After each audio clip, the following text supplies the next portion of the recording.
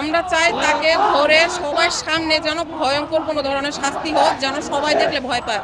এই হত্যা তো আর একজনে করেনি, তার ভিতরে অনেক লিয়াজু কমিটি ছিল, লিয়াজি টিম ছিল।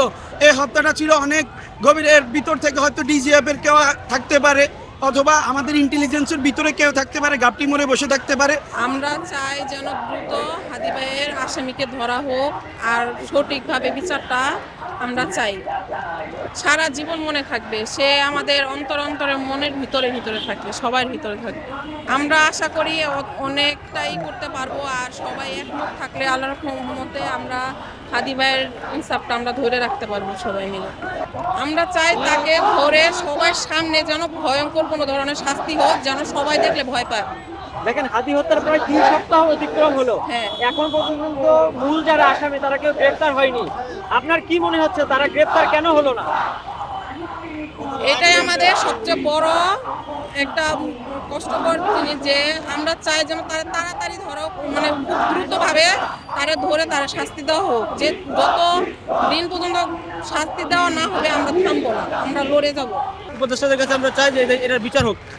এটা বিচার হলে আমরা সেটা প্রাপ্তি পাবো না, তো প্রাপ্তি পাবো না, এটা বিচার চাই। এই যে আপনি প্ল্যাকার্ডটা নিয়ে এসেছেন, এখানে আমরা দেখছি যে আইন উপদেষ্টার ছবি রয়েছে, চোখ বাঁধা।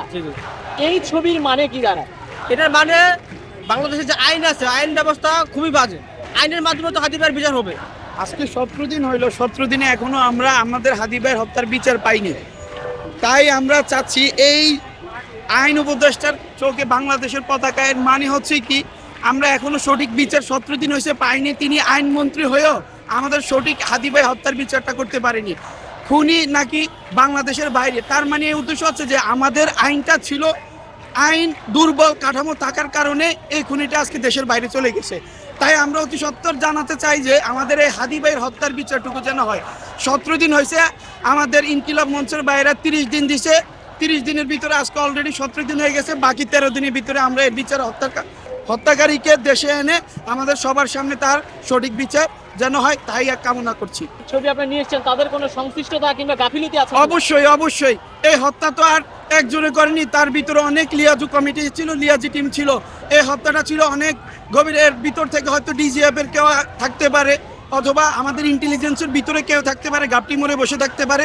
আমরা চাচ্ছি এই হত্যার শুরু থেকে শেষ যতজন মানুষ এটার সাথে জড়িত, প্রত্যেককে আমাদের জনগণের সামনে তুলে এনে তার সঠিক বিচার করতে হবে। আমরা এটাই চাচ্ছি। আজ শাহবাগের মোড়ে আমরা এখানে অবস্থান নিচ্ছি।